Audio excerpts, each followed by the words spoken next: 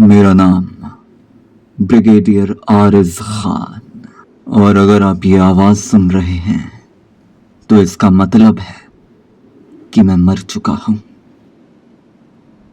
हाँ, अजीब लगता है ना, एक मरा हुआ आदमी आपसे बात कर रहा है, लेकिन मौत के बाद कुछ आवाजें खत्म नहीं होती। कुछ आवाजें मुल्क की मिट्टी में रह जाती हैं। और मेरी आवाज आज आप तक इसलिए पहुंची है क्योंकि मेरी मौत सिर्फ मौत नहीं थी, मेरी हत्या की गई थी। और सबसे हैरानगी की बात, जिसने मुझे मारा वो दुश्मन की वर्दी में नहीं था। मैं आरिज खान हूं, मुसलमान हूं। मेरे अब्बा नमाज पढ़ते थे, अम्मी दुआ करती थी, और मैंने इस मुल्क की हिफाजत करने की कसम खाई थी। कई लोगों ने मुझसे पूछा था कि आरिज, तुम्हारे लिए मुल्क पहले है या मजहब? मैं हमेशा हंस देता था क्योंकि सवाल ही गलत था।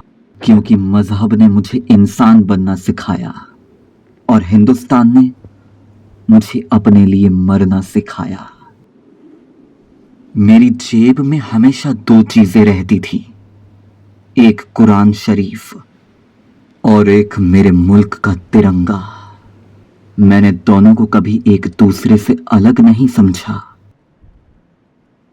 मेरी मौत से 3 दिन पहले मुझे एक खुफिया रिपोर्ट मिली।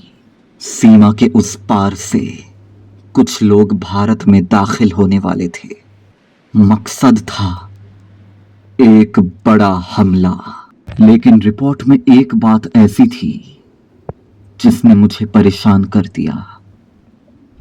हमारे ऑपरेशन की जानकारी सिर्फ 4 लोगों को थी, और उनमें से एक आदमी गद्दार था। मैंने अपने कमरे का दरवाजा बंद किया, फाइल सामने रखी और बहुत देर तक बस उसे देखता रहा। फिर मैंने कहा, दुश्मन सरहद के उस पार नहीं है, दुश्मन हमारे बीच बैठा है। मैंने अपने टीम के हर आदमी पर शक किया, लेकिन किसी पर यकीन नहीं किया, क्योंकि जंग में गोली सामने से आए तो जवान उसे देख सकता है, लेकिन अगर गोली अपनों के हाथों से चले तो आदमी आखिरी सांस तक सोचता रहता है कि आखिर मैंने किस पर भरोसा किया था। फिर मुझे एक नाम मिला, कर्नल रऊफ, मेरा पुराना साथी, जिसके साथ मैंने कई ऑपरेशन किए थे, जिसके साथ मैंने कई जवान खोए थे, और जिसके साथ मैंने एक ही झंडे के नीचे खड़े होकर कसम खाई थी। लेकिन रऊफ गद्दार था। उस रात मुझे एक फोन आया, एक अनजान नंबर। मैंने उठाया, दूसरी तरफ सिर्फ खामोशी थी। फिर एक आवाज आई, ब्रिगेडियर साहब, आपको सच पता चल चुका है? मैंने पूछा, कौन? उसने कहा, जिसे आप ढूंढ रहे हैं। और फोन कट गया। मैं मुस्कुराया, क्योंकि अब मुझे यकीन हो चुका था कि उन्हें भी पता था कि अब मैं उनके बहुत करीब पहुंच चुका हूं। अगली सुबह मुझे एक लोकेशन मिली, एक सुनसान इलाका। मेरी टीम ने मुझसे कहा कि सर, वहां जाना खतरे से खाली नहीं है।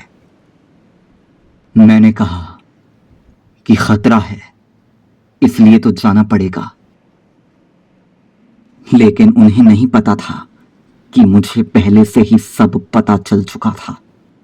मुझे पता था कि वहां मेरा इंतजार कौन कर रहा है। मुझे पता था कि वहां से वापस शायद मैं कभी नहीं आऊंगा। और मुझे ये भी पता था कि अगर मैं नहीं गया तो मेरे पीछे जाने वाले 10 जवान मारे जाएंगे। इसलिए मैंने अपनी मौत का रास्ता खुद चुना। गाड़ी रुकी, मैं नीचे उतरा। चारों तरफ खामोशी थी। अजीब बात है, मौत आने से पहले दुनिया बहुत खूबसूरत लगती है। हवा, पेड़, आसमान सब जैसे कह रहे हों, आरिज़ अभी लौट जाओ। मैंने आसमान की तरफ देखा और धीमे से कहा, या अल्लाह, अगर आज मेरी जिंदगी का आखिरी दिन है तो मेरी एक दुआ कबूल करना। मेरे बाद मेरे मुल्क को मेरी जरूरत ना पड़े। मैंने अपनी जेब से तिरंगा निकाला, उसे चूमा और कहा, मुझे अपने लिए नहीं बल्कि इस मिट्टी के लिए याद रखना। पहली गोली मेरे कंधे में लगी। मैं गिरा नहीं। दूसरी गोली मेरे सीने में लगी। इस बार मेरे घुटने जमीन पर थे, लेकिन मेरी आंखें अब भी सामने थीं। रऊफ सामने आया।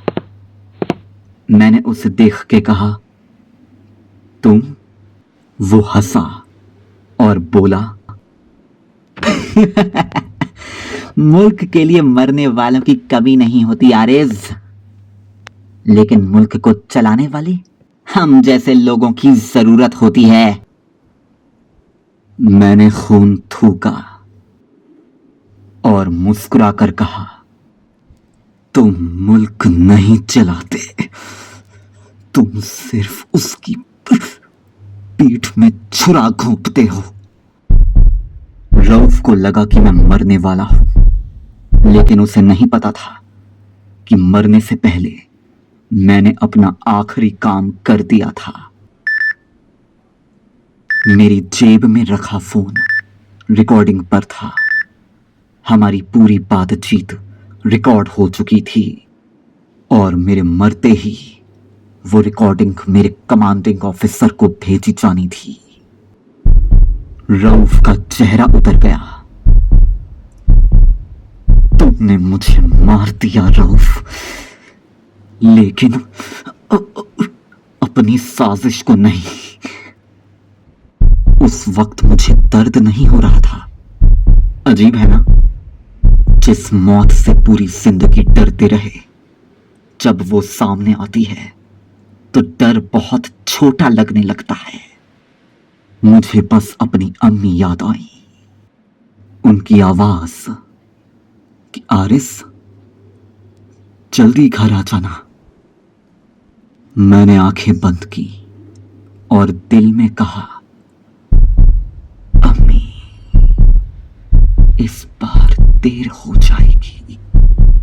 और फिर सब खत्म हो गया। मेरी सांस, मेरा जिस्म, मेरी धड़कन, सब वहीं रह गया। लेकिन मेरी कहानी वहीं से शुरू हुई, क्योंकि अब मैं आपको दिखाई नहीं देता हूं, लेकिन सुनाई देता हूं। एक बात का सुकून है कि मैं जा रहा हूं अपने मुल्क को बचाकर। मेरा मजहब इस्लाम है और मेरी पहचान हिंदुस्तान है, और मेरी आखिरी दुआ इस मिट्टी के नाम। अगर कभी आपको मेरी आवाज सुनाई दे तो बस इतना याद रखना कि मैं कभी डरा नहीं था। मैंने अपनी मौत को खुद चुना था ताकि मेरे मुल्क के 1000 बेटे जिंदा रह सकें।